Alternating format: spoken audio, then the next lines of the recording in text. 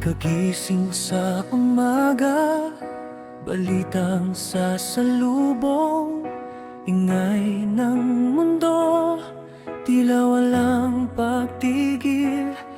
Ang panahon ay nagbabago, kung minsan ay nakakaba sa mga pangyayaring hindi natin mahulaan.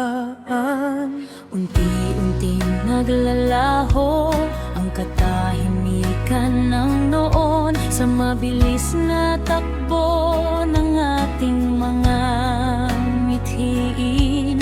Ngunit sa gitna ng bigat ng nararamdaman, mayroon pa bang liwanag na ating matatagpuan? Ang mundo ay nagdurusa, humihingi ng pansin sa bawat kilos natin. Ano ang ating maihahain? O sa mundong ito na puno ng pagsubok, huwag mawalan ng pag-asa. Kahit kaunti lang, kahit gaano pa kalakas ang unos at hangin, ang pagtutulungan sana ay manatili. Dahil sa bawat dilim may sinag na naghihintay, pusong mapagpasalamat, hindi kailanman lulubog.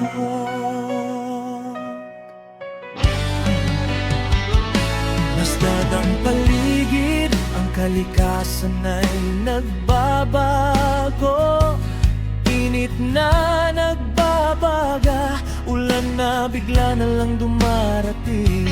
Ang teknolohiya ay naglalapit, pero minsan tayo'y nagkakalayo.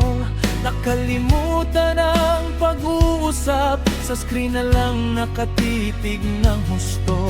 Kailangan nating bumalik sa tunay na mithiin. Ang pag-aaruga sa isa't isa ang siyang pinakamahalagang yaman. O sa mundong ito na puno ng pagsubok, huwag mawalan ng pag-asa. Kahit kaunti lang, kahit gaano pa kalakas ang unos at hangin, ang pagtutulungan sana ay manatili.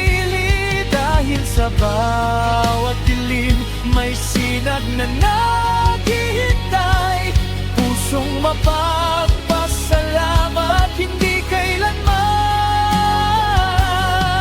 lulubog. Hindi pa huli ang lahat, simulan natin sa dalangin, sa maliliit na gawa. Ang mundo ay mababago, isang ngiti, isang kamay na handang tumulong. Ang siyang lunas sa mundong puno ng dusa at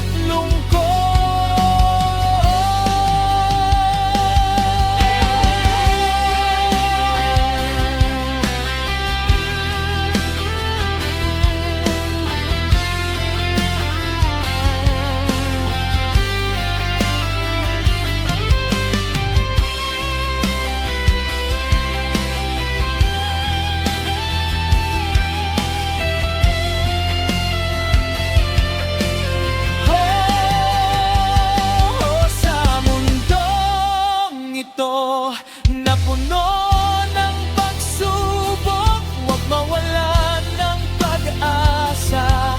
Kahit kaunti lang, kahit gaano pa kalakas ang unos at hangin, ang pagtutulungan sana ay manatili.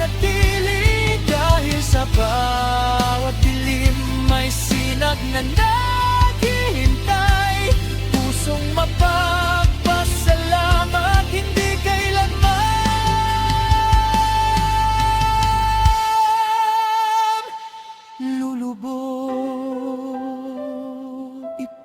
Patuloy lang, huwag manghina sa pagmamahalan.